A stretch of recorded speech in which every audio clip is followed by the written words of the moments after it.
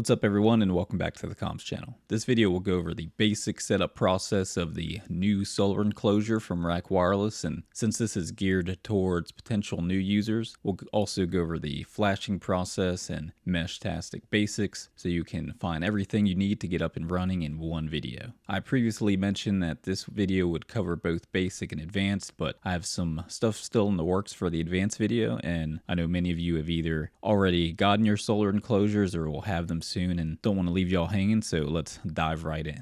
So let's start with the rubber gasket here. We'll just fit this inside the groove on the solar panel part of the enclosure like so, and then we can set that aside for later. Now let's go ahead and lay out the rest of the parts, and let's grab the mounting plate, and this mounting plate has a number of different holes for a number of different WisBlocks, and let's grab our screws for the WisBlock for mounting on the plate. Now the WisBlock comes with screws for mounting, and the enclosure also comes with similar size screws, and you can use those instead if you prefer, but I'm using the ones that came with the WisBlock. We'll use the 4 bigger ones that come with the WisBlock, as the smaller ones are for mounting modules to the WisBlock. Now let's go ahead and place the WisBlock board on the mounting plate and line the holes up like so. Then we can go ahead and screw it into place onto the mounting plate.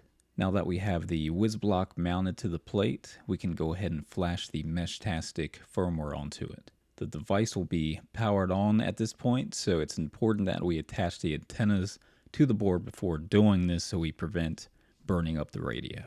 You'll see that the Meshtastic starter kit comes with a BLE antenna with a gray wire for Bluetooth and a LoRa antenna with a black wire.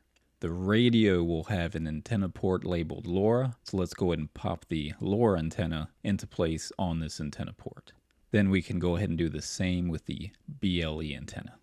With the antennas attached, we're now ready to go ahead and flash the Meshtastic firmware to the device. Grab the USB-C cable that was included in the Meshtastic starter kit, then go ahead and plug one end to the WisBlock and then the other end to the computer. With that connected, we're now ready to flash. Go ahead and open up a Chromium-based web browser like Google Chrome. If you're on Windows, you can use the Microsoft Edge browser. Once we have that opened, go to flasher.meshtastic.org. Then click on the Select Target Device button and scroll down and select RAK 4631. Then click on the Select Firmware Version button and select the version you want. And I'm going to go with the latest stable version. Now go ahead and click on the Flash button, and if you look at the WisBlock, there's a small button beside the USB port on it. Press this button 2 times quickly to go into the firmware update mode. It'll appear as a flash drive on your computer named RAK 4631. So once we've done that and we confirmed that the flash drive is appearing, right click on the Download UF2 button, and then click Save As, and then look for the drive named RAK 4631. Select that and then hit Save. This will save the file to our WisBlock device and it'll flash and reboot.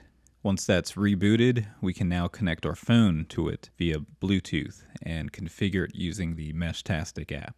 Now with the Meshtastic firmware flashed to the device, let's go ahead and go through the basic setup of the app. If you haven't already done so, download the Meshtastic app from the Apple Store if using an iPhone, or the Google Play Store or F-Droid if you're on Android.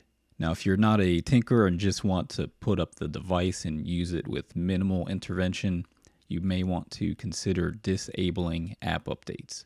Sometimes an update is released to the Meshtastic app that requires you to update the device firmware as well. When this happens, the app stops working until you update the firmware on your Meshtastic device. If you want to avoid this, you can disable auto updates by going to the Google Play Store, searching for Meshtastic, opening that up, and tapping on the 3-dot menu on the top right, and unchecking the Enable Auto Update box. If you're using F-Droid instead of the Google Play Store, you can do the same thing there and just select Ignore All Updates. Now I don't have an iPhone, but looking at this Apple support page, it looks like you can turn off automatic updates for all apps, but not specific ones. I'm not a fan of this if this is the case, but I'll leave that up to you. If you don't mind going through this process we just went through to flash new firmware periodically and get new features as they come out, feel free to leave the auto update on. Now let's go ahead and open up the Meshtastic app, and when we open the app for the first time we're presented with this informational page. Feel free to read through or skip through this part. Then once we're into the app, tap the plus sign on the bottom right and then hit allow when prompted so we can search for Bluetooth devices. We should see the Meshtastic device we just flashed listed. Tap on it to select it and we'll be prompted to put in the PIN code. The default PIN code for devices with no screen is 123456. So let's go ahead and put that in and hit OK. Next we can hit allow or don't allow depending on notification preference. The cloud on the top right indicates that we're successfully connected to the device. And the first thing we'll want to do is change the device name. To do this, tap on the three-dot menu on the top right, select Radio Configuration, then select User. Here we have long name and short name options. Put whatever you like for the long name. I'm just going to put in TC2 Demo. Then put whatever you like for the short name. I'm just going to put in TC2D. The short name can only be 4 characters long. Now at the bottom you'll notice there's a switch for licensed amateur radio. Only turn this on if you're planning on using the device strictly for amateur radio use. If you turn this on, it will disable encryption and you won't be able to communicate with most other people, as most people leave this turned off to keep the encryption on. Now we can hit the send button to send the changes to the device. Many changes you make will reboot the device, and once you hit that send button, the device is going to reboot. Since we're done with this menu, while it's rebooting, we can go ahead and hit back and go back to the main Meshtastic screen. Here we can see in the Your Name box that the name is now set to whatever we changed it to earlier, which in my case is TC2 Demo.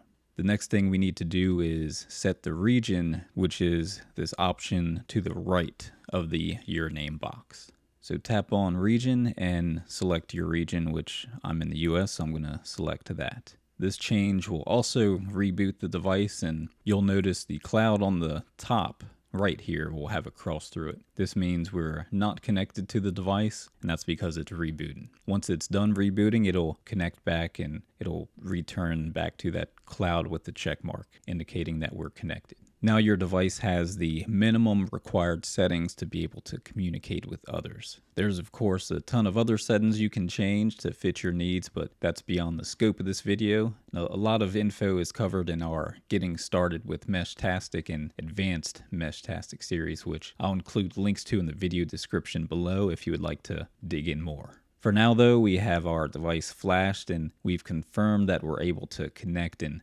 configure the device. With that done, we're ready to continue finishing putting the enclosure together. So let's place our plate with the WisBlock mounted on the inside of the enclosure, making sure that the side with the WisBlock is on the side with the smaller of the 2 holes, which is where the antenna connector will go through. Then we can grab the bag of screws that came with the enclosure, and we're going to want to grab these 4 little screws that are included. Use these screws to secure the plate to the enclosure like so. With that secured, we're ready to install the antenna connector and pigtail. Feed it through the smaller hole of the enclosure from the outside like so. Next, you may have to turn the antenna connector so that the other end that connects to the radio will be flat like so, making it easy to connect the cable to the radio. Once that's positioned correctly, we can grab the washer with teeth on it and put that through the cable over the threaded part of the antenna connector. Next, do the same thing with the nut and hand tighten it, and then use a small wrench or other tool to finish tightening, seal the waterproofing on the antenna connector, but be sure to not over tighten. Next, we'll grab the M8 connector with the bare wires and feed it through the remaining hole from the outside and into the enclosure. Then grab the nut and put that through the wires and tighten in a similar fashion where we're tightening with a wrench or other tool to create the seal while being careful not to over tighten. Then for this basic build, since we're not connecting the M8 connector, we can tuck these wires away. You may also want to put some electrical tape over the bare ends of the yellow wires to be safe as well.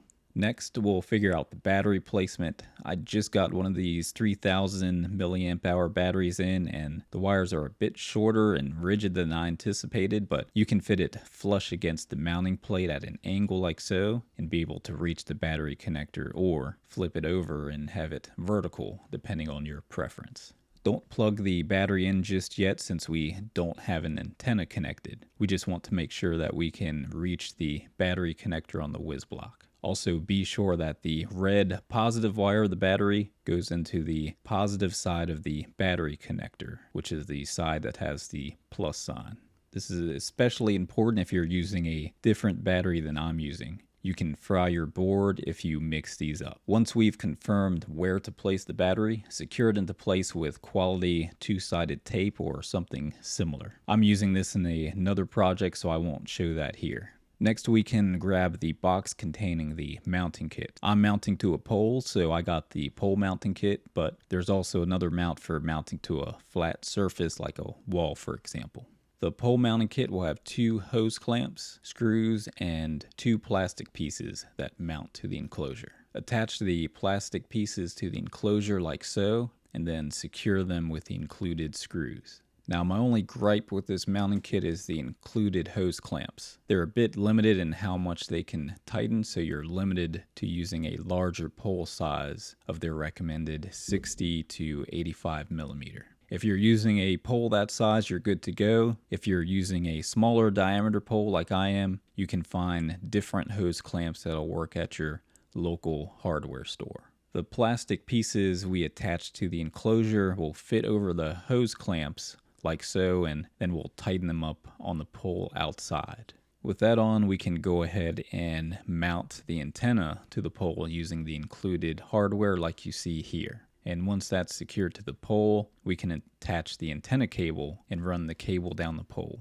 We can then start mounting the enclosure near the end of the cable now and start tightening the hose clamps and leave some room so we can fit the plastic pieces we mounted inside the clamp. Then once you have that done, we can tighten them over the plastic pieces just enough to hold it in place, but loose enough to where we can still move the enclosure around. Now we can run the antenna cable down to the enclosure and adjust the enclosure to line it up to the RP SMA connector. Then we can attach the antenna cable and hand tighten until it reaches the outer rubber gasket of the RP SMA connector. Then lightly snug it on a little more using a wrench, but be careful not to over tighten. You may want to tidy things up a bit using zip ties to hold the cable against the pole. Just gently tighten so you don't damage the antenna cable. We can now finish tightening the hose clamps to secure the enclosure to the pole. Just be sure to remember that the solar panel of the enclosure needs to face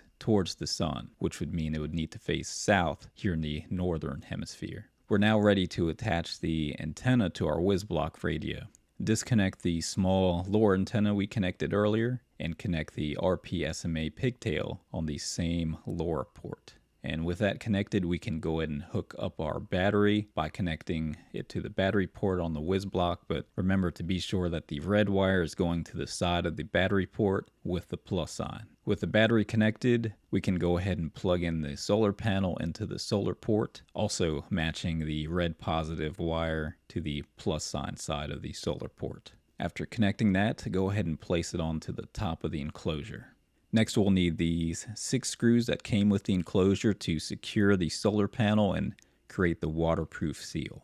You'll either want to hold the panel in place with one hand while you do this, or temporarily put a few pieces of tape to hold the panel into place if this makes this part easier. Next, we're going to grab the screws and we're going to screw them into each of the holes until the solar panel is secured. Once that is on, we're just about done, and all we need to do at this point is adjust things to their final position and tightening them and making sure that the panel is facing towards the sun. That'll do it for this video going over setting up the new solar enclosure from RAK Wireless, and I hope you found it useful. If you did, please be sure to give this video a thumbs up and then subscribe if you haven't already done so. This video should get you up and running with a basic setup, but if you want to learn more, be sure to check out our Getting Started with Meshtastic playlist and the Advanced Meshtastic playlist. Thank you all and have a good one.